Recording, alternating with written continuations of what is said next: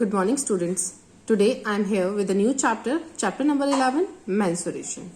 First of all, what is the meaning of mensuration? Mensuration is the study of perimeter and area of geometrical figures. Okay? Mensuration is a study of perimeter and area of geometrical figures. We have already learned in our previous classes what is perimeter and what is area. So,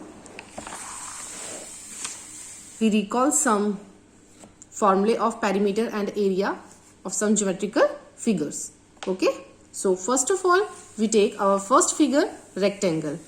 Perimeter of rectangle is 2L plus B and area of rectangle is L into B. Next one is square. Perimeter of square is 4 into L. L is side. Okay. We denote here side by L. So we take 4 into L. Or you can take also 4 into side. Now area of square is L square, means side square, side into side, so side square. Third figure is parallelogram. Perimeter of parallelogram is 2 into sum of length of adjacent sides. Okay. And area of parallelogram is base into height, corresponding altitude. Okay. Next figure is rhombus. Perimeter of rhombus is 4 into side. And area of rhombus is base into height. Okay. Next figure is quadrilateral. So perimeter of quadrilateral is sum of lengths of 4 sides. Okay. Now the next one is circle. So we can use another term in place of perimeter. That is circumference. Circumference of circle is 2 pi r, where pi is equals to 3.4, or you can take also 22 by 7 and area of circle is pi r square. So ये हमारे basic formulas हैं जो हमें अपने questions में use करने हैं. पूरा का पूरा चैप्टर जो है वो पेरीमीटर और एरिया पे ही बेस्ड है. Okay, so we can take some questions also. So first question is a square and a rectangular field has the same perimeters. The dimension of rectangular field are 120 meter and 90 meter. Find out which field has the greater area. So question क्या कह रहा है कि एक square और एक rectangular field है और दोनों का जो पेरीमीटर है वो दोनों का ही पेरीमीटर क्या है हमारे पास सेम है. हमें डायमेंशंस रेक्टेंगुलर फील्ड की दी हुई है 120 metre into 90 metre L into B, और हमें ये बताना है कि दोनों में किसका एरिया ज्यादा होगा, किस फील्ड का, स्क्वायर फील्ड का और रेक्टेंगल फील्ड का. Okay, so start the solution.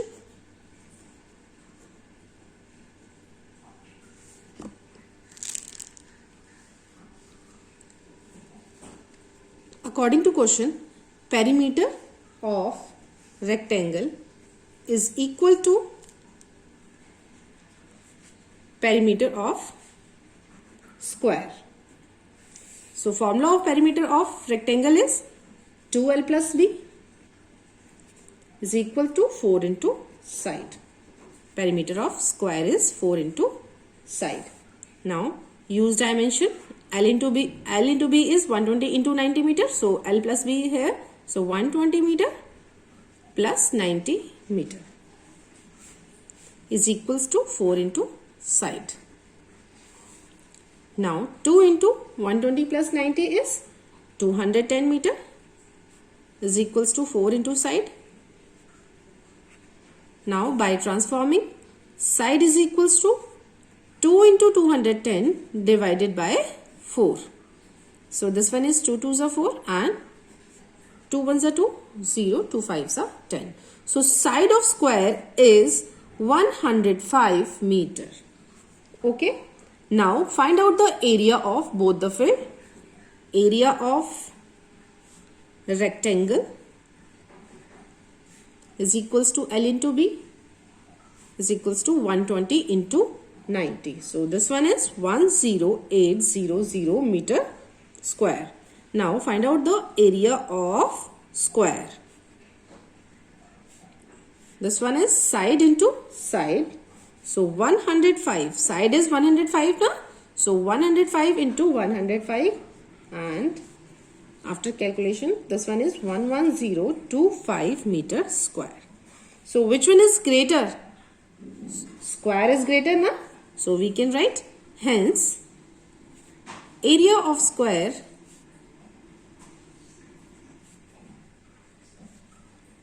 is greater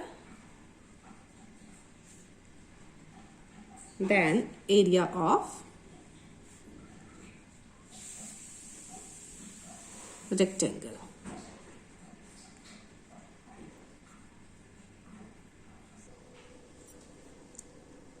Next question is, there is a rectangular park of dimension 60 meter by 45 meter. There is a flower bed 5 meter wide all around it. Find the cost of maintaining the flower bed at the rate of rupees 4 per meter square. So in this question says there is a rectangular park. क्या है? एक rectangular park है जिसकी dimensions आपको given है 60 metre into 45 metre और उसके चारों तरफ एक फ्लावर बेड बनाया गया है जो चारों तरफ से क्या है 5 मीटर वाइड है. Find the cost of maintaining the flower bed. अब हमें क्या निकालना है? कॉस्ट निकालनी है. अगर हम उस फ्लावर बेड को मेंटेन करते हैं तो कॉस्ट का जो हमारा रेट है वो हमें गिवन है 4 rupees per metre square. So first of all हम देखते हैं फिगर कैसी होगी. एक रेक्टेंगुलर पार्क है, उसके चारों तरफ इस तरीके से 5 मीटर, ठीक है, ये 5 मीटर चारों तरफ से इन्होंने बनाया है.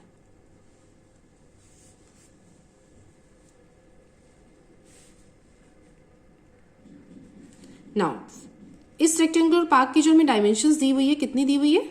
60 और ये 45. ठीक है. अब ये देखो, अगर मैं ये फ्लावर बेड जो है हमारा, ठीक है, बनाया है हमने 5 मीटर वाइड, तो अगर मैं इसके बाहर की जो डायमेंशंस हैं, आउटर डायमेंशंस अगर मेजर करें तो कितनी होगी? 45 ये है, 5 ये ऐड हुई और 5 ये ऐड हुई. दैट मीन्स इसमें 10 ऐड हुई. तो 45 plus 10 is 55 metre.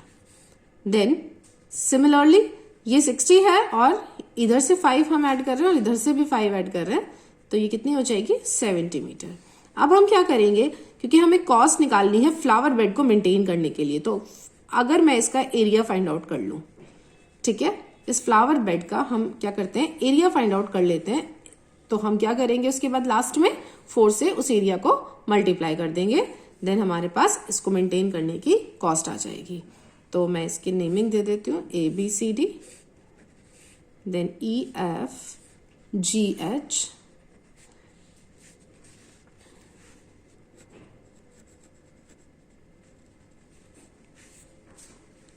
So area of flower bed. हमें क्या फाइंड आउट करना है? Area of flower bed. Flower bed का एरिया कैसे निकालेंगे?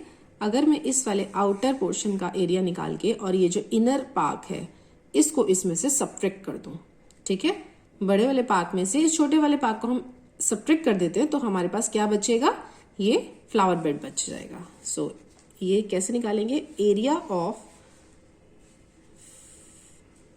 पार्क ABCD है ना, ABCD पार्क जो है हमारे पास, इसको माइनस कर दो area of park EFGH. Okay, so area of park ABCD में आप क्या लोगे? AB इंटू BC और माइनस करोगे EF इंटू FG. ओके, अब देखो जरा इनकी मेजरमेंट 70 इंटू 55 और ये हो जाएगी 60 into 45. Okay, now solve them. 70 into 55 is 3850 minus 60 into 45 is 2700. Subtract both of them, that is 1150 meter square. So this is the area of flower bed. Okay, this is the area of flower bed. Now find out the cost. Cost of maintaining 1 meter square. कितनी cost लगती है 1 meter square में? 4 rupees. Okay, now we have 1150 metre square. ठीक है, हमारे पास ये area है, तो हम क्या करेंगे 4 into 1150 and this is ₹4600. Okay, this is ₹4600 and that is your answer.